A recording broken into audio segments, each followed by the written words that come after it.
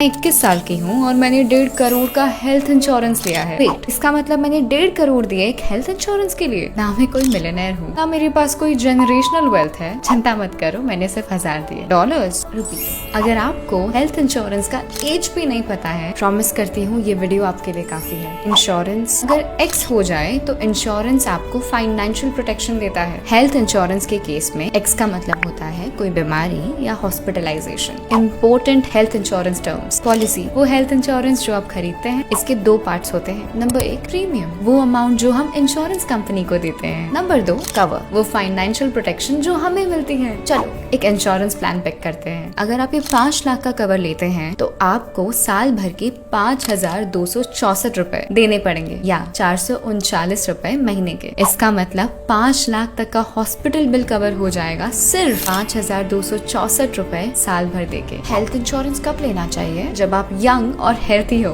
तब लेना बेस्ट होता है। क्यों? प्रीमियम याद है बहुत कम होता है, मतलब प्रीमियम कम, कवर ज्यादा। रिजेक्शन चांसेस बहुत कम होते हैं। क्योंकि आप हेल्थी हैं तो कंपनी आपको जल्दी अप्रूव कर देती है। नंबर 4 मेरा फेवरेट, याद है वो 1.5 करोड़ जिसका मैंने मेंशन किया था? ये जानना है तो वीडियो देखते रहो। हेल्थ इंश्योरेंस खरीदने के लिए आप पॉलिसी बाजार जा सकते हैं। ये एक प्लेटफॉर्म है जहां आप बहुत सारे हेल्थ इंश्योरेंस को आपस में कंपेयर कर सकते हैं और खरीद सकते हैं। इंश्योरेंस लेते वक्त नंबर 1 लोकेशन चेक करो और देखो आपके आसपास कैशलेस हॉस्पिटल्स का नेटवर्क कैसा है। जितना बड़ा हॉस्पिटल नेटवर्क होगा उतना बेटर, क्योंकि इमरजेंसी में इजीली एक्सेस मिलता है। बट कितनी जल्दी कोई कंपनी आपके क्लेम्स को अप्रूव करती है? क्लेम का मतलब होता है इंश्योरेंस कंपनी से अपने हॉस्पिटल के खर्चे का पैसा लेना। ये रेशियो जितना हायर उतना better. Number 3 no claim bonus, याद है? अगर आप पूरा साल क्लेम नहीं करते हैं तो इंश्योरेंस कंपनी आपको एक बोनस देती है जिसे कहते हैं नो क्लेम बोनस। जैसे अगर आपके पास 5 लाख का कवर है और आप इसको यूज नहीं करते हो